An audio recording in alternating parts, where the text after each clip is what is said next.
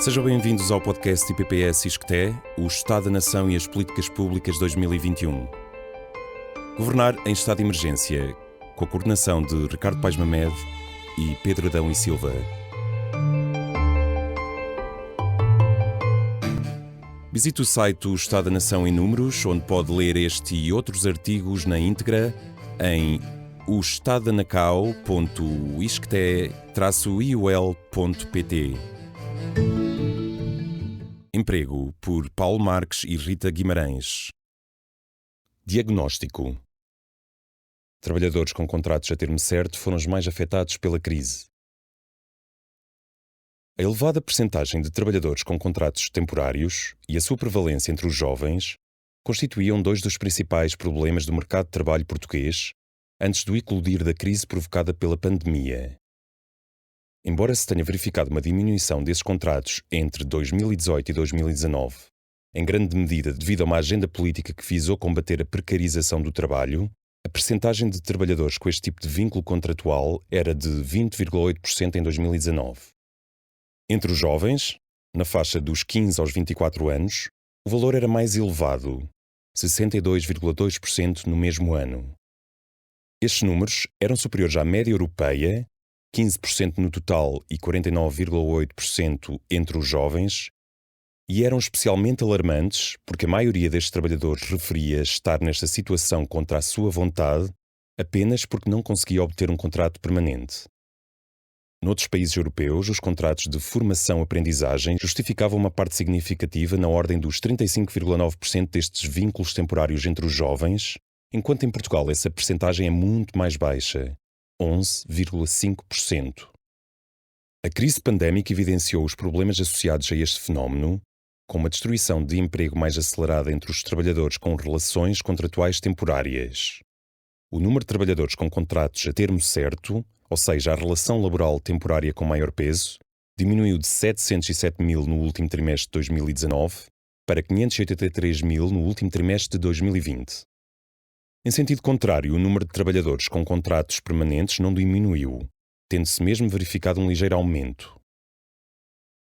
A situação destes trabalhadores agravou-se ainda pelo facto de as relações contratuais temporárias estarem associadas a uma maior vulnerabilidade no acesso à proteção social, devido ao facto destes trabalhadores terem carreiras intermitentes com frequentes períodos de desemprego.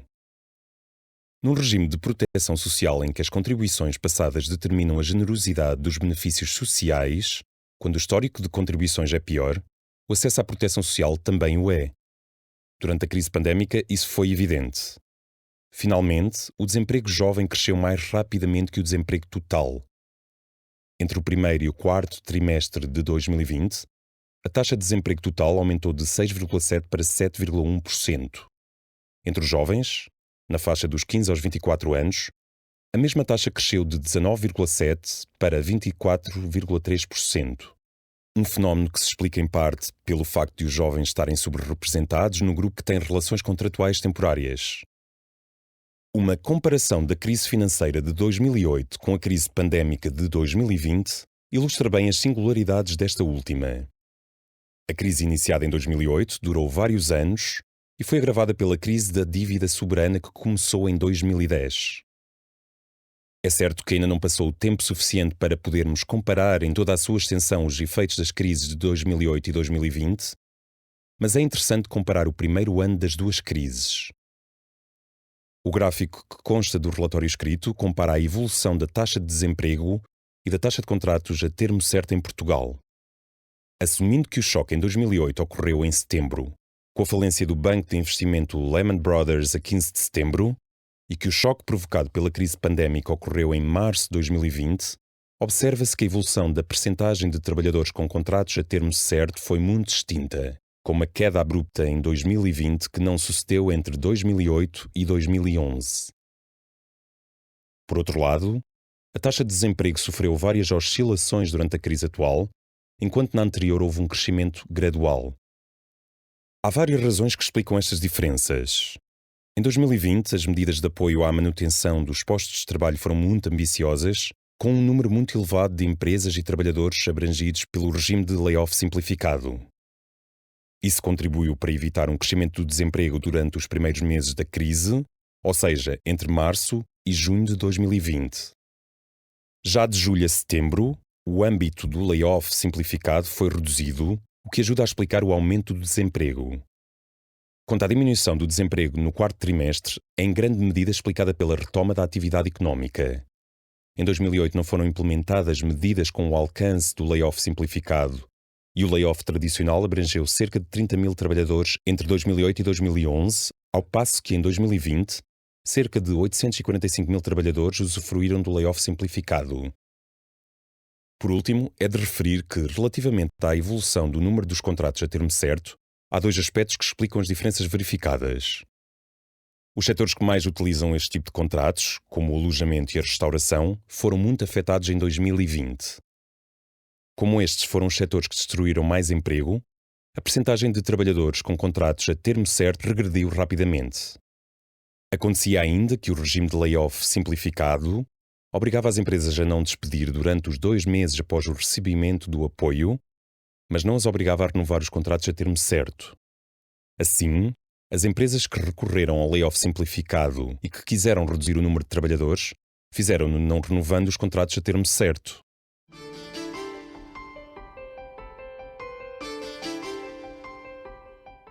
Emprego, análise de política. Layoff simplificado protegeu o emprego no curto prazo, mas esqueceu os trabalhadores temporários e não explorou a oportunidade de formação. O layoff simplificado foi um instrumento essencial do combate aos impactos económicos e sociais causados pela pandemia de Covid-19. Desde março de 2020, assumiu várias formas consoante a progressão da pandemia em Portugal e as medidas de confinamento adotadas pelo governo. Vamos começar agora por apresentar uma breve explicação do layoff tradicional, das características que distinguem o layoff simplificado, do âmbito que este teve em diferentes alturas da pandemia e de outras medidas dirigidas às empresas elegíveis para layoff. Para analisar as variantes da medida em questão, é importante conhecer o direito salvaguardado no Código de Trabalho, no qual é largamente baseada esta medida. O layoff tradicional é um direito à redução ou suspensão do contrato de trabalho por parte da entidade patronal em situação de crise empresarial que tem 3 características fundamentais. Primeira, garante o pagamento de 2/3 da retribuição normal líquida, pelo menos 665 euros, correspondentes ao salário mínimo, com participada em 70% pela Segurança Social. Segunda, é acompanhado de cursos de formação com uma bolsa de 30% do IAS, ou seja, do Índice dos Apoios Sociais, no valor de 438 euros em 2020, destinado ao empregador e ao trabalhador em partes iguais. Terceira e última, proíbe o empregador de cessar os contratos abrangidos até 60 dias após o fim do apoio, bem como de distribuir lucros ou aumentar a retribuição a membros de corpos sociais. O empregador é ainda impedido de contratar ou renovar contratos, enquanto trabalhadores que possam assumir essas funções se encontrem em layoff. Desde o início da pandemia, o layoff tradicional cobriu mais de 20 mil trabalhadores. Em março de 2020, foi apresentado o layoff simplificado, para o qual eram elegíveis as empresas com quebras de faturação superiores a 40%, com processo de candidatura e critérios de elegibilidade simplificados, respondendo à necessidade imediata de proteção dos postos de trabalho. Esta variante não proibia o aumento de retribuições, nem a renovação ou celebração de novos contratos. Aliás, fazia-se ainda acompanhar por um incentivo financeiro extraordinário para apoio à normalização da atividade da empresa, no valor de um salário mínimo por trabalhador abrangido e pela isenção de pagamentos de contribuições à Segurança Social. Entre março e julho de 2020 foram abrangidos cerca de 845 mil trabalhadores, a maioria dos quais nos setores das indústrias extrativas, do comércio, da restauração e alojamento, e 110 mil empresas. Apesar das microempresas constituírem cerca de 95% do tecido empresarial em Portugal, estas representavam apenas 81% dos beneficiários, o que parece ser devido ao facto da medida não abranger sócios gerentes, por vezes os únicos trabalhadores da empresa. Já a partir de junho de 2020, o foco das medidas implementadas é já na estabilização económica e social, pelo que são apresentadas medidas de apoio à retoma das atividades para as quais são elegíveis as empresas anteriormente abrangidas pelo layoff. Assim, por forma a incentivar o recurso aos novos apoios e a retoma progressiva das atividades económicas, o layoff passa a ser direcionado apenas a empresas que se mantenham sob o dever de encerramento. Por estas razões, entre agosto e dezembro, contam-se menos de 3.000 trabalhadores em layoff. Já em janeiro de 2021, com o novo confinamento, este valor regressa à ordem das centenas de milhares.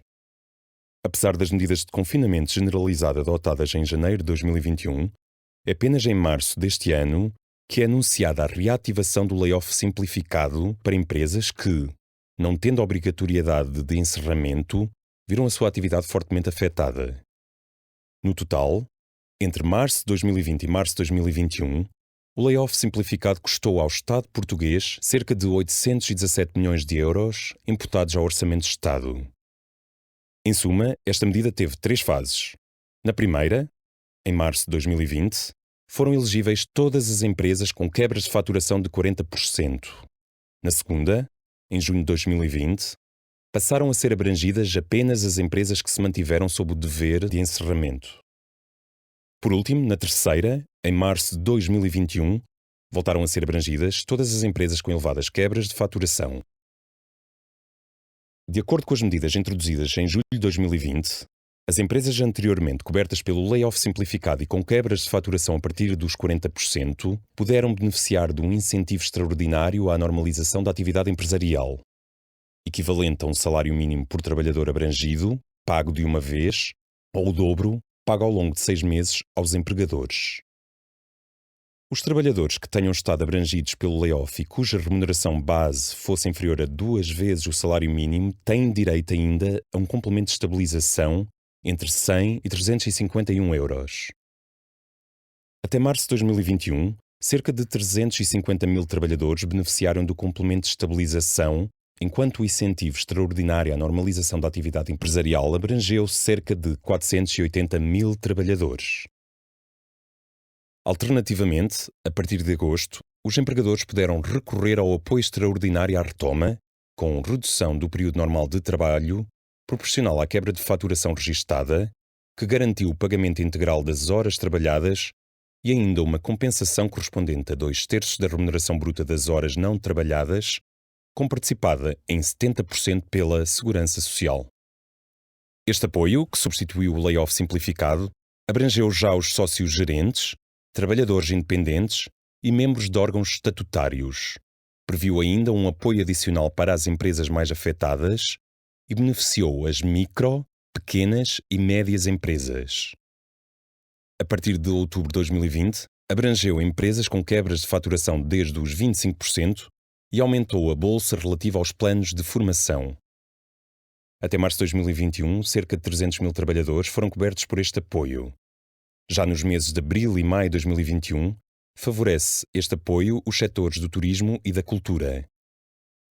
O layoff simplificado revelou-se, portanto, uma ferramenta valiosa de proteção dos trabalhadores no âmbito da pandemia, na medida em que foi largamente requisitado e a sua cobertura foi vasta.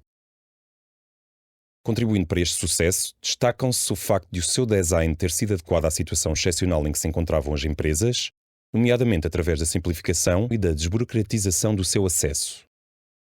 Como resultado, é visível uma desaceleração dos pedidos de subsídio de desemprego.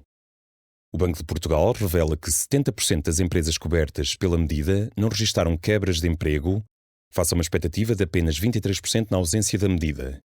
Esta proteção do emprego é particularmente importante em Portugal, tendo em conta que os efeitos do desemprego tendem a alongar-se no tempo. Para mais, não põe em causa a sustentabilidade da segurança social, uma vez que os custos da medida são suportados pelo Orçamento de Estado, com recurso a financiamentos europeus com taxas de juro muito baixas, as chamadas SURE. Não obstante, a medida apresenta outras lacunas que espelham e agravam as fragilidades do mercado de trabalho em Portugal. Em primeiro lugar, negligencia os contratos a termo certo, muito significativos em Portugal, não oferecendo qualquer tipo de proteção a estes trabalhadores. Perante a proibição de despedimentos de trabalhadores abrangidos pelo layoff, e não tendo incentivos à preservação dos trabalhadores a termo certo, observou-se uma queda acentuada desta forma de contratação, uma vez que as empresas recorreram a cortes nos trabalhadores não efetivos. Da mesma forma, Os trabalhadores independentes e os sócios-gerentes são incluídos apenas numa segunda fase, no chamado apoio à retoma. Em Espanha, por exemplo, onde a dualidade dos mercados de trabalho é também muito acentuada, as medidas de proteção dos trabalhadores no contexto da pandemia incluíram não só trabalhadores independentes e sócios-gerentes, mas também trabalhadores domésticos e os trabalhadores com contrato a termo concluídos durante a pandemia, a quem foi disponibilizado um apoio de cerca de 420 euros mensais. Em segundo lugar, mesmo entre os trabalhadores efetivos, a medida parece oferecer poucas garantias a médio e longo prazo. Com a proibição de despedimentos a estender-se por apenas 2 meses após a cobertura do layoff, é possível que as empresas cuja faturação não tenha recuperado totalmente efetuem cortes passado esse período. Apesar de tal não se ter verificado até agora, esta possibilidade é particularmente alarmante no caso das grandes empresas, devido ao impacto social de despedimentos em larga escala. Em Espanha, mais uma vez, a atenção é redobrada, com a proteção dos postos de trabalho a estender-se por 6 meses. Por último, os planos de formação que acompanhavam a medida acabaram por ter um alcance extremamente reduzido, resultando numa oportunidade perdida para empresas e trabalhadores apostarem nas suas qualificações enquanto não lhes era permitido trabalhar. Entre março e junho de 2020, apenas 1,25% dos trabalhadores cobertos pelo layoff foram incluídos em planos de formação, correspondendo apenas a 342 das 113 mil empresas que recorreram à medida.